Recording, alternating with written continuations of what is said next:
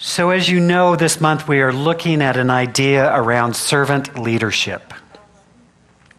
And servant leadership has to do with a different sort of model for how are we of service. You see, so often when we think of leadership, we think of it in terms of sort of that militaristic point of view, that the general tells us what to do and we do it. So when I was young in ministry, I thought that would be a great approach. And then I discovered that I had gathered about me independent, free-thinking people who were not going to be told to do anything. So I said, let me give this some thought. We must do something differently. The truth is, we are moving into a new era of being in our world. And many of the old patterns and paradigms no longer fit, nor do they work. And so this idea of servant leadership was developed by Robert Greenleaf. And it came to him from a story, a book he had read, many of you may have read it, which was the Hermann Hesse's Journey to the East. And in this book, in this story, we see a band of men on a mythical journey. And the central figure of the story is Leo, who accompanies the party as the servant, who does all the menial chores, but who also sustains them with his spirit and with his song. He is a person of extraordinary presence. And all goes well until, for some reason, Leo disappears. And then the group falls into disarray, and the journey is abandoned. They cannot make it without the servant Leo. The narrator in one of the party, after some years of wandering, finds Leo and is taken into the order that had sponsored the journey. And there he discovers that Leo, whom he had only known as a servant, was in fact the titular head of the order, its guiding spirit, and a great and noble leader. You see, he didn't recognize the power of leadership because he put a label on him as servant. This idea that began to develop around servant leadership says that the servant leader is servant first. Not you shall serve me, but rather I am the one who serves, and begins with a natural feeling who wants to serve and to serve first. The conscious choice brings one to aspire to lead. It's sharply different from the person who wants to be leader first. You see, we have this beautiful model in the life and story of Jesus when he, as at the Last Supper, goes and humbly before the disciples washes each of their feet. It is written in John 13, he says, when he had finished washing their feet, he put on his clothes and returned to his place. He said to them, do you understand what I have done for you? You call me teacher and Lord, and rightly so, for that is what I am. Now that I, your Lord and teacher, have washed your feet, you should also wash one another's feet. I have set for you an example that you should do as I have done for you. I tell you the truth, no servant is greater than his master, nor is a messenger greater than the one who sent him. You see, one of the ways that I have parted from my traditional Christian background, I still consider myself a Christian, by the way, is that I believe I listen and read very carefully. As many of you know my story as a good Southern Baptist child who read the Bible and was taught the Bible from a literal point of view. And I found it to be very confusing. It didn't make sense. A lot of things didn't make sense to me. But when I grew up, after my years of riotous living, and decided to approach some other way of being, then I reapproached this whole biblical message from a new understanding. And what I began to realize is that Jesus never said, worship me. He said, follow me. It's a very different modality. He said, do as I have done. So he set an example of being humble and being in humility and serving those who were serving him. We have for ourselves this idea that if we would look at becoming servants to another, it is about learning to allow others' needs to be more important than ours. And that is a beautiful thing. To be willing to move into a different consciousness. You see, what I know is so many of us come into this community for a number of different reasons. Some of us come because there is a divine discontent. Whatever was going on in your life somehow didn't fit, and so you began to look for a new pathway, a new way of understanding, a new way of being in relationship with the divine. And through that search, you found yourself in this community or something similar to it, which somehow led you here today. And you said, aha, there's another way of perceiving reality. There's another way of being in relationship. And that was fulfilled. For others, myself in that category, created crisis in our lives. We allowed things to fall apart and said, man, I better do something different. I remember looking in the mirror at a very pivotal point in my life and saying to myself, Marty, you've got to do this differently. What you're doing is not working. And that began a journey that led to being in spiritual community. Now, I had rebelled. You're not going to find me in one of those churches. That plan is under revision. Right? I'm not going to do that. I don't believe in organized religion. So, but the way I was living my life was not working, clearly. And I had to find a new approach and a new reality. The last place I expected would be to find it in a spiritual center. And yet as I came into this community, I began to realize some fundamental spiritual principles. But you see, I came in need, as many of us do, and I needed to get my needs met. And I see this so often that people come into this community, our community or others, and they have a need. And we want to help and we want to serve and we want to be gracious and we want to help people to get those needs met, to find a new approach to living, to find the source and the sustenance of well-being. But you see, that's only half of the journey. Sometimes I watch people, they come, they get their needs met, and they go. And we bless them, we love them, we celebrate their journey. We're nurturing everyone on their journey of self-discovery. But what I found for myself is that my life took on the added dimension when I learned to be of service. Now, little did I know the degree that my life would change in saying, heck, I could do that. They said, we need youth teachers. I said, I like kids. Don't have any of my own. I love kids. I could do that. And so I signed up. And they didn't call. A well-run organization, not unlike ours sometimes, right? And what I knew at that time was, oh my God, how did they figure it out? That there's something wrong with me. Different person that came into this church than is here today, right? But eventually I was involved, and what I found was my life took on added dimension. I found that as I was serving young people, as I was serving those in teaching these principles, what I was doing was learning the principles in ways that I never could have before. I discovered that if you are willing to, if you can teach a 10-year-old these principles, you can deal with adults. Right?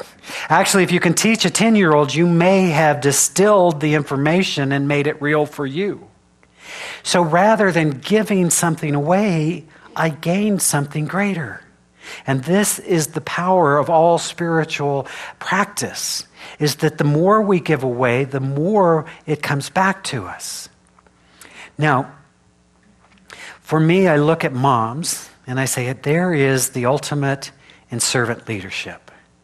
that willingness to serve in such gracious ways, to help, to ennoble, and to enable those who are your children to become evolved beings.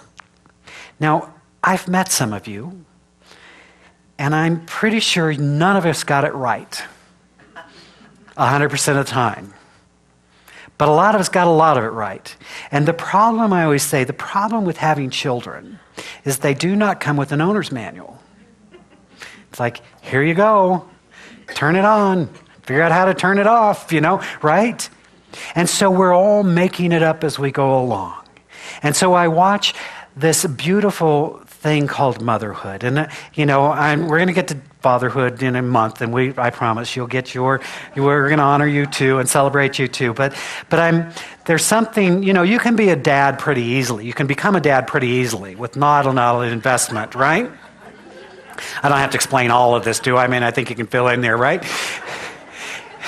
So it reminds me of that old story about the hen and the pig that are walking down the street, and they see this billboard that says Mame's Diner, and it said, special, ham and eggs.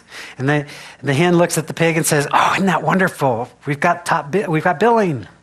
And the pig says to the hen, hey, honey, for you it's a day's work. For me, it's total commitment. Right? You can make these associations, right?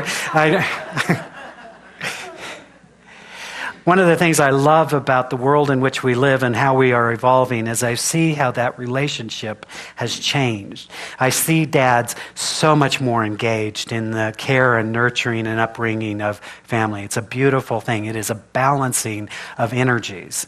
Because what we know is that none of us are fully masculine, none of us are fully feminine. Those are energies, and we're all some combination.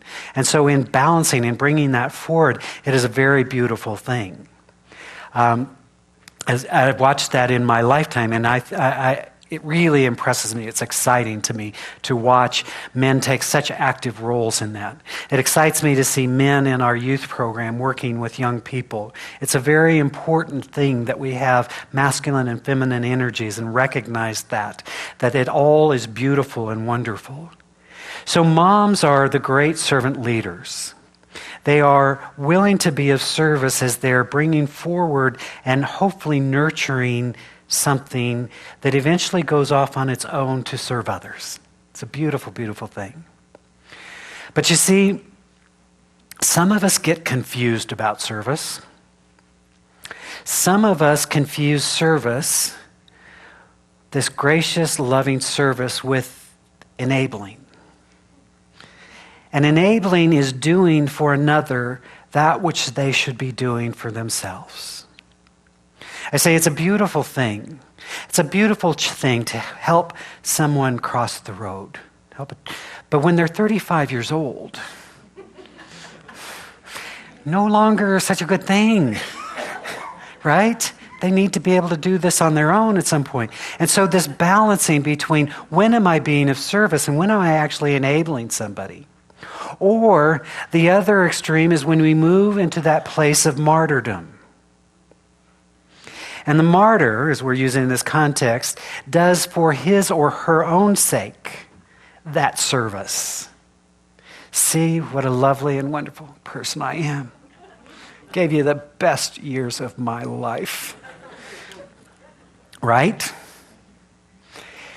So we've all tried out all these different roles, but the ultimate thing, what I want you to hear today is there is this place called servant leadership.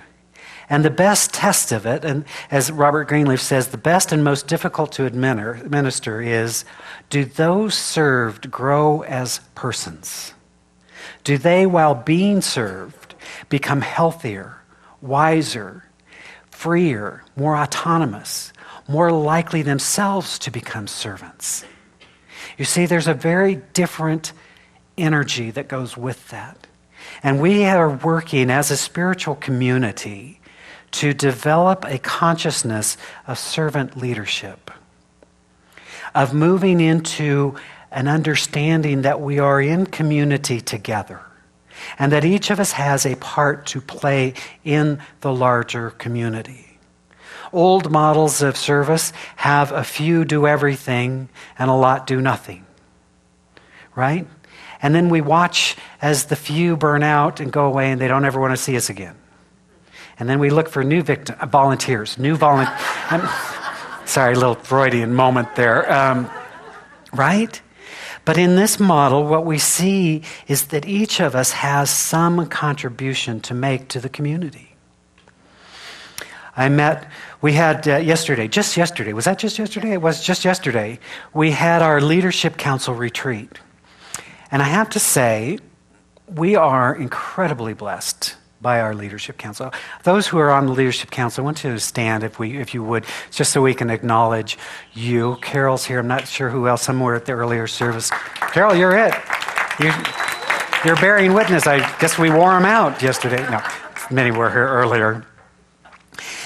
And I looked around at this amazing, dynamic group of people who are so willing to serve this community. And we did some visioning.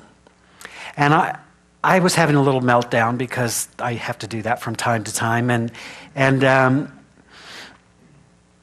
just going to be transparent with you. I have come to a point in my ministry, which has happened sometimes, where I said, I have to figure out, am I Moses or am I the other one? Because Moses takes him out of the desert, but never gets across to the river, to the promised land. And so this is kind of this energy of who and where I am. And as we talked further and we were envisioning, we talked about becoming that center that we all feel we're supposed to be. So in our visioning, it became very clear to me that it was time for me to quit. So I did. I quit being the minister of a 150-member church. Luckily, they hired me to be the minister of the 500-member church that we are becoming. So my unemployment was brief. But you see, here's what I want you to know. I'm still here in case anybody missed the second sentence. I'm not going anywhere. But I am different. Because you see, I have known this center to be something more powerful in the world than we have shown up as yet. I have known it, I've seen it, I've felt it, I've tasted it, and I have been frustrated by it. And what I realized, that something needed to change. Unfortunately, it was not you. Once again, it had to do with me becoming the leader of that community. And so I've signed up for that job. And what I want you to know is that I am a very powerful minister.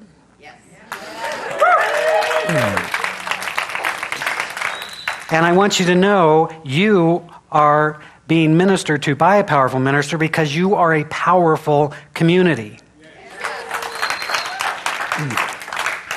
This is not about being of service to me. This is about being of service to each other and an idea that says there is another way.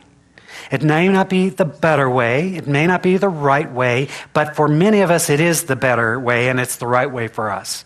And what I know is there are literally thousands and thousands and thousands of people in this community looking for a spiritual philosophy that makes sense, that does not require you to leave. No, I'm not going to go there. That allows you to live from your divine magnificence. We have a responsibility to become that place. And so I quit. And I started anew, and we start a new day today with a clear intention that we will become that larger community. We will become that healing presence in this community. And so I invite you to join me. I invite you to be a part of that. I invite you to see this, again, not in service to me, because I am not the center. I play an important role, and I recognize that. But until we are like Jesus, washing each other's feet, we haven't really mastered this model. You see? So we are moving into a new era. This will make some of you uncomfortable. This will make some of you want to go away, and I love you and bless you. But what it also does is creates the space to be a more powerful presence in the world. If we are here about transformation, if we are here about healing our community, if we are here about healing the world, then numbers matter.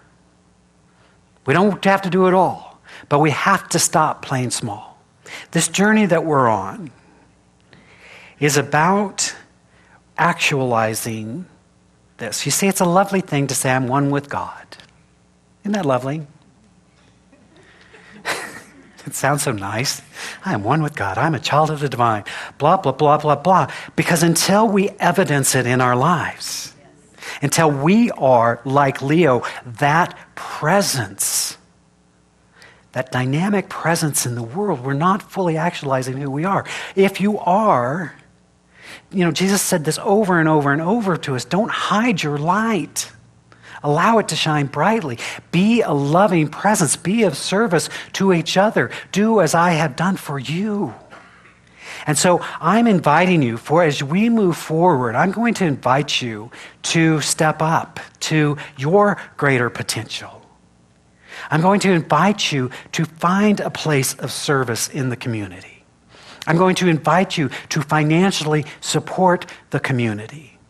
I'm going to invite you to be a presence in the community. Now, some of you are here out of need, and that's okay. But there's going to come a time when it's time to give back, to share that gift. So I just want to talk to you. Because when I ask you to be of service, I'm asking you to be of gracious service. I hear this often. The people are afraid to serve because they don't want to be consumed by that. They don't want to step into our old model. And I couldn't support you more. You see, it is about we encourage people to develop healthy and appropriate boundaries for their participation. It's written right into our membership agreement. How crazy is that? Be healthy. Make sure you get your needs met. I mean, we do all kinds of crazy radical stuff, So hear this. When I'm saying we invite you to be a presence here. If this is your community, if you're just visiting, that's cool. We love you. You can come, you can go, whatever. We let people find their own way. But you know who you are because you're feeling what I'm talking about right now. And if you're feeling that and you're annoyed by me right now, then hallelujah. I have done my work. We always say the job of the minister is to comfort the afflicted and afflict the comfortable. So wherever you are today, I'm happy to celebrate that with you. There are consequences to our actions. You see, this is part of what we have to know if we're going to be empowered people, is that we make choices, and those choices influence everything that happens in our life. I was reflecting on a dear friend of mine who taught a course called Developing Capable People. It's a brilliant course. In fact, I'd like to see us be offering it here. And it's sort of a parenting course, which implies that you're going to teach your kids to be a certain way. But any of us who have ever trained anything know, if you want a better dog, you got to be a better owner. You want a better horse, you got to figure out how a horse thinks and talk to him that way, because they're only doing what you've told them. So too is it with children. And so this wonderful young woman in my congregation taught this course. Her name was Debbie. She's just a little ball of fire. I loved her so much. And she said, so she had these two beautiful young kids, and she was teaching about the principles of all this. And so one day the kids were playing in the front yard, playing baseball, and one of them threw the ball, and it hit the garage window, and it broke it. She was like, oh my God, I'm so excited. Finally, I get to practice these principles. So she went and she had a conversation about what had happened. And how was this young person going to take responsibility for what had happened?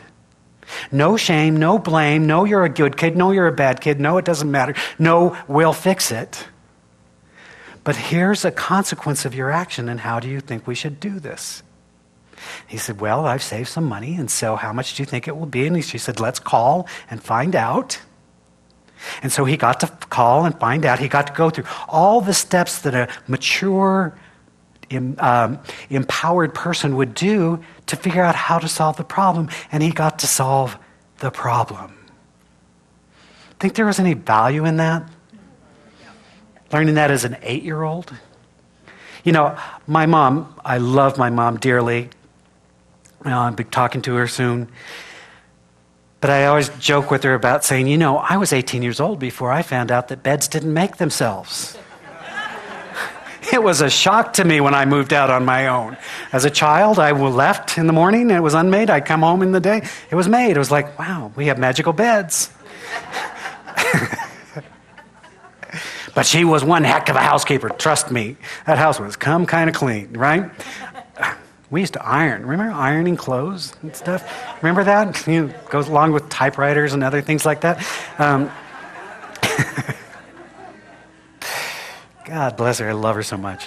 But you see, in this program, there's 7, the significant 7, it says, with the developing capable people. And he says there's 3 perception, 4 skills. The perceptions are the perception of capability, of significance, and of influence. I am capable of facing problems and challenges and gaining strength and wisdom through experience. Wow. Wouldn't you have loved to know that as a young person? My life has meaning and purpose. Who I am and what I have to offer is of value in the scheme of things. Who I am, not what I do, who I am is offering value. And my actions and choices influence what happens. As I was rereading this, I thought, wow, this is all we're trying to do it. We're just trying to do it with adults. You will hear these principles in all these classes that we offer. And then he said, then there's 4 skills that you want to have. There's the intrapersonal skills. In other words, the relationship with self, the tools to respond to feelings effectively through self-assessment, self-control, and self-discipline. You see, when I started this journey, the reason I tried to outrun a police officer to find my way into church, long story though, we're not going to go into that today, because I didn't know there was a relationship what I was feeling and how I was acting in the world. And so I kept trying to control the feeling through not such appropriate ways, let's just say. Interpersonal skills, the tool to communicate, cooperate, negotiate, share, empathize, resolve conflicts, and listen effectively with dealing with other people. You see, once you get more than one in a room, you need some other skills. You get 500 in a room, I'm kidding, it was a joke. Systemic skills, the tools of responsibility, adaptability, flexibility necessary to deal with family, social, legal, and other systems in which we live. And judgment skills, the tools to set goals, to make decisions, to have judgments and choices based on moral and ethical principles, wisdom and experience. So I thought that significant 7 is probably a pretty good model for us to be looking at in our own lives. How are we going to be? It's interesting that I've been really sensing and feeling this idea around spiritual maturity. You see, we can become spiritual, but being spiritually mature is a whole nother thing, isn't it?